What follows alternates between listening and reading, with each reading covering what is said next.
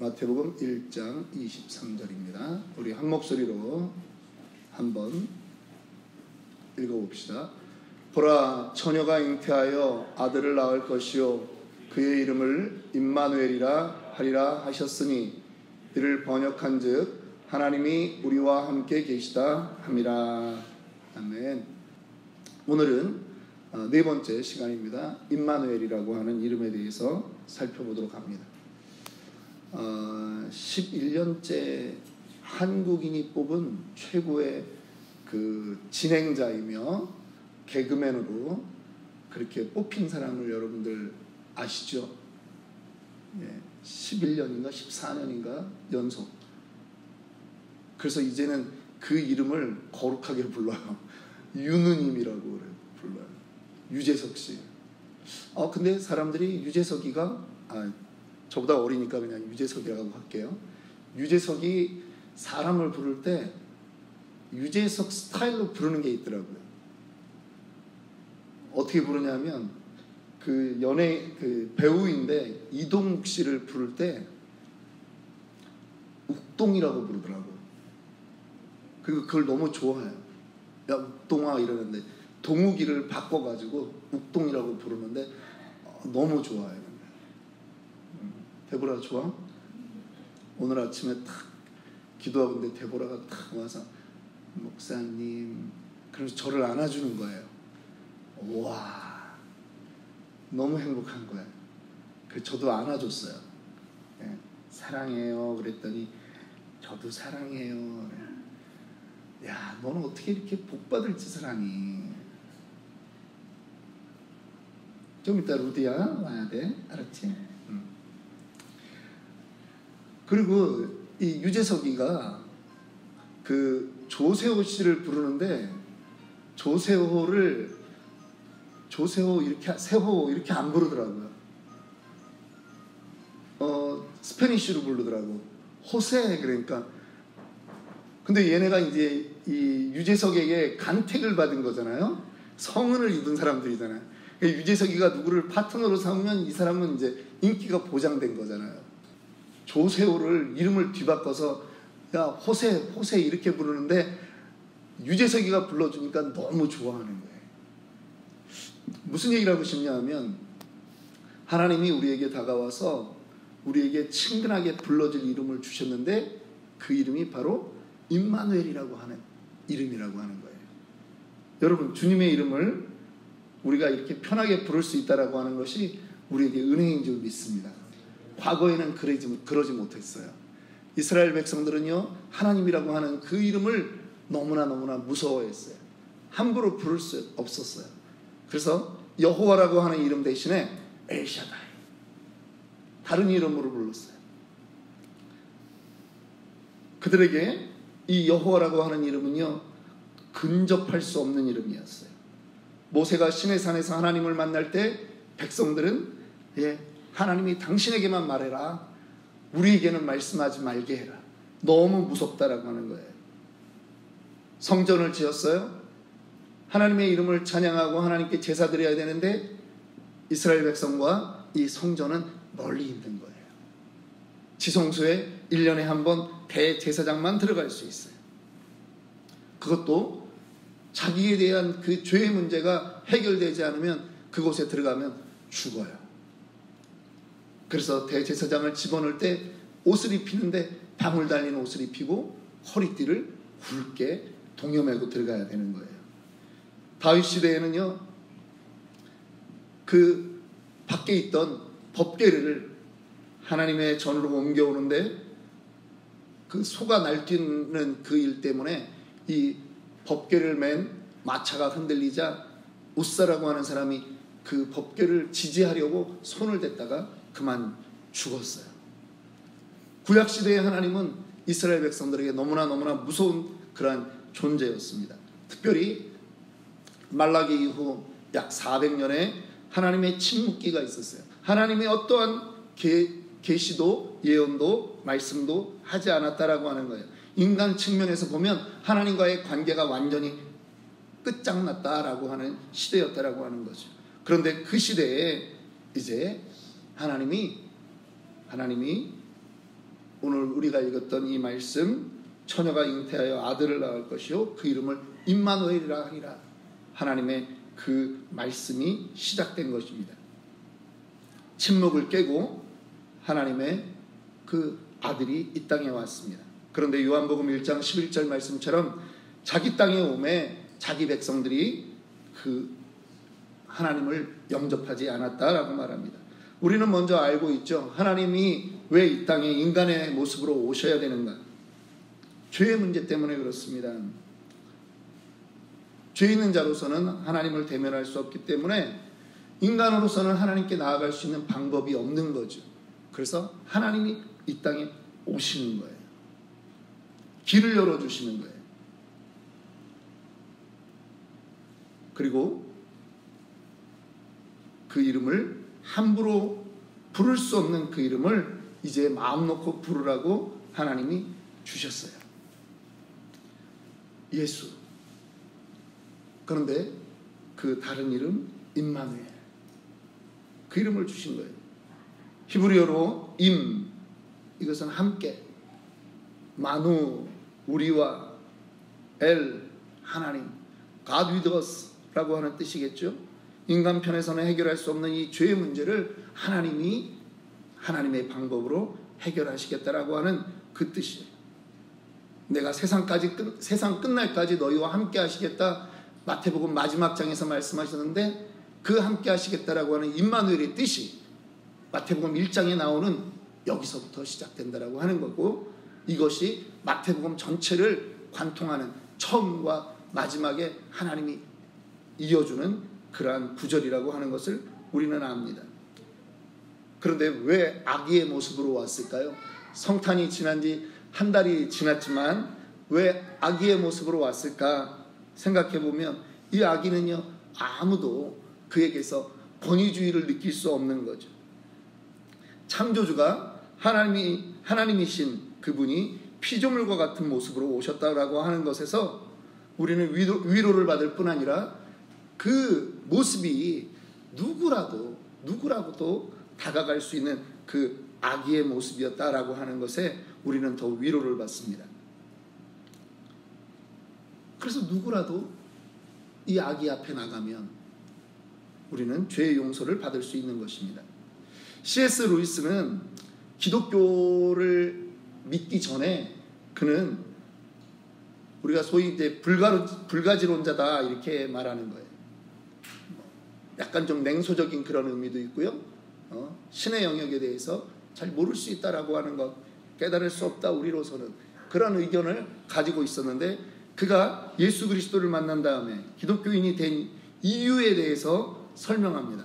내가 기독교에 강하게 끌리게 된 이유 중 하나는 기독교 교리야말로 죄의 본질에 대해서 가장 정확하게 이해하고 있다고 믿었기 때문이다. 기독교는요, 세상 모든 종교와 다릅니다. 죄를 말하고 죄의 해결책을 말하는 것이 우리 예수교인 것이에요. 그 예수님이 이 땅에 오셨습니다. 그리고 임마누엘이라고 하는 그 말 그대로 역사 속에서 예수님이 우리와 함께 하셨습니다. 이사야 7장 14절에 주께서 친히 징조를 너희에게 주실 것이라. 보라, 처녀가 잉태하여 아들을 낳을 것이요 그의 이름을 임마누엘이라 하리라. 이 말씀은 정말 그들에게 소망이 없던 그 시대에 하나님이 소망으로 주신 말씀이에요. 아하스라고 하는 왕이 다스릴 때였습니다. 정말 이 유다 땅이 하나님이 다스리는 땅이 맞나 싶을 정도로 총체적인 난국, 총체적인 부패, 총체적인 죄악 속에 흘러가고 있는 그 나라였어요. 그때 하나님이 그들에게 소망을 주고 있는 거예요. 내가 여전히 너희와 함께하고 있다라고 하는 그 사인을 이사야 7장 14절을 통해서 주신 거예요. 그리고 실제로 하나님이 예수 그리스도를 이 땅에 보내셨는데 임마누엘이라고 하는 그 뜻에 걸맞게 예수님은 30년 동안 정말 흙수저로 사셨어요. 오늘날로 말하면 목수인 아버지 밑에서 자랐고 자신도 목수였습니다. 직업 중에 그렇게 대접받는 직업이 아닙니다. 예수님은 사람 속에 사셨기 때문에, 임마누엘로 사셨기 때문에 배신을 당해본 적이 있으세요. 거짓 증인들에 의해서 억울함을 당한 적이 있으세요. 여러분들의 삶에 사람으로 인해서 상처받은 적이 있습니까? 예수님께 나아가세요. 임마누엘이신 예수님을 부르세요. 그러면 그 주님이 우리의 짐을 대신져 줄 줄 믿습니다. 마태복음 11장 18절에 말씀합니다. 수고하고 무거운 짐진 자들아 다 내게로 오라. 내가 너희를 쉬게 하리라. 나는 마음이 온유하고 겸손하니 나의 멍에를 메고 내게 배우라. 그리하면 너희 마음이 쉼을 얻으리라. 주님이 고통 속에 있는 우리에게 같이 내가 너의 멍에를 매주겠다라고 말씀하시는 거예요. 임마누엘 되는 것을 실천해 주시겠다라고 말하는 거예요. 케이스가 있습니다.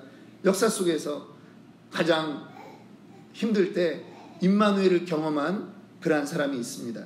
요셉이 그렇습니다.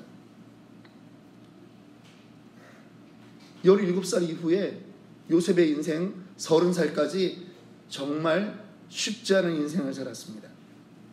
13년, 14년의 그 시간을 요셉은 너무나 힘들었어요.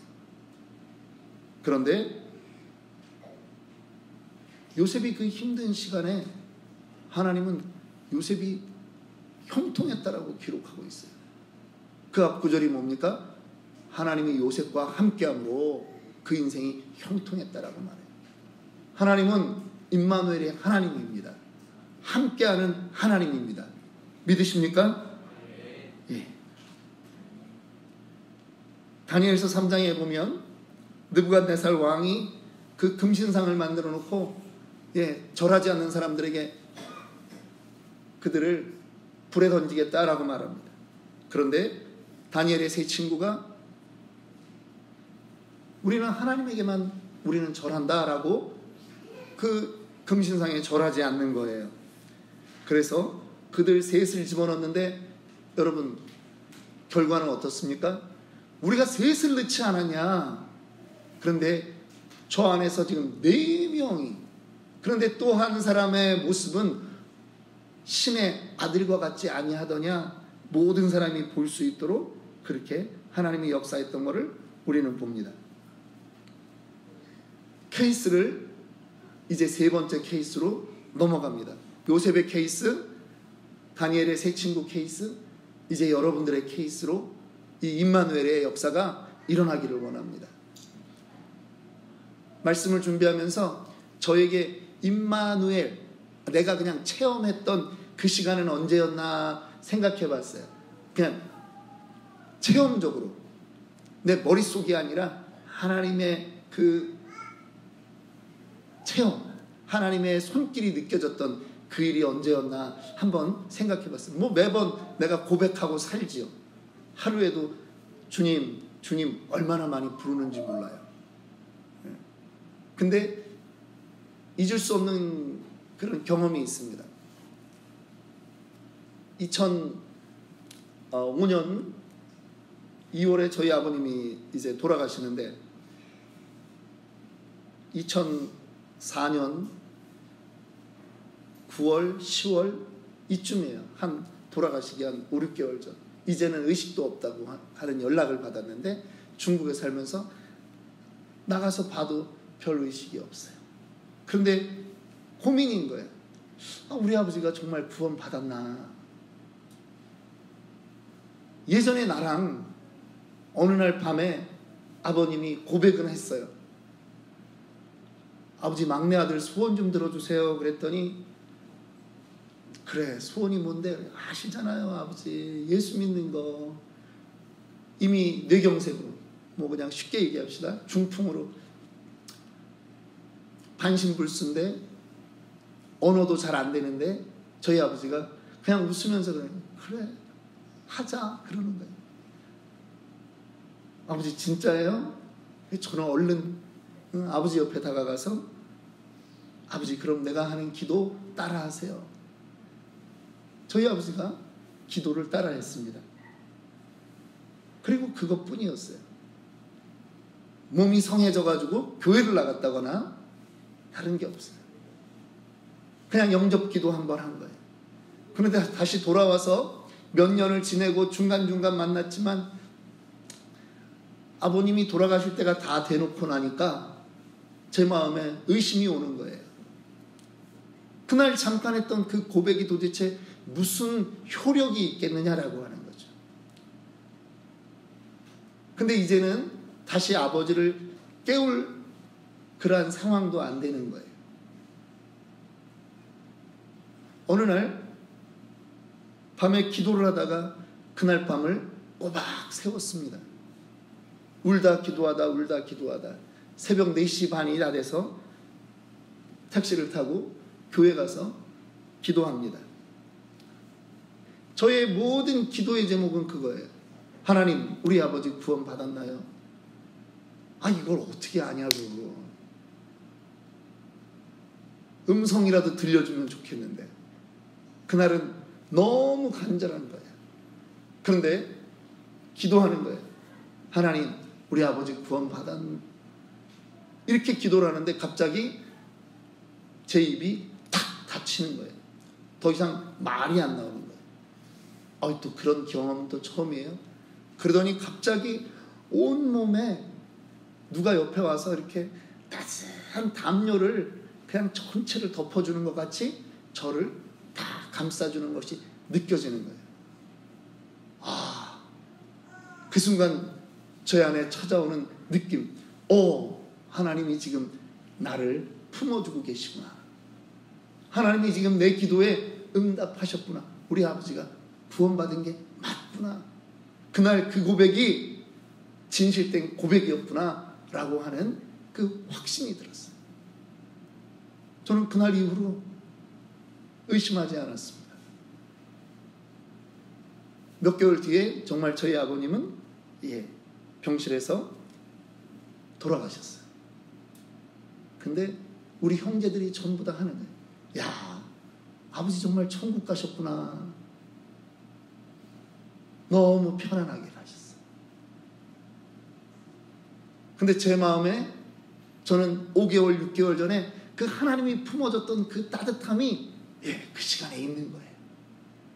임마누엘의 하나님이 나의 기도를 들으셨고 임마누엘의 하나님이 다른 방법으로 나에게 말해 주신 것이 아니라 내가 네 옆에 있다라고 하는 품어주심으로 말씀해 주셨다라고 하는 거죠. 저는 여러분들에게도 임마누엘의 하나님의 그 경험들이 있기를 원합니다.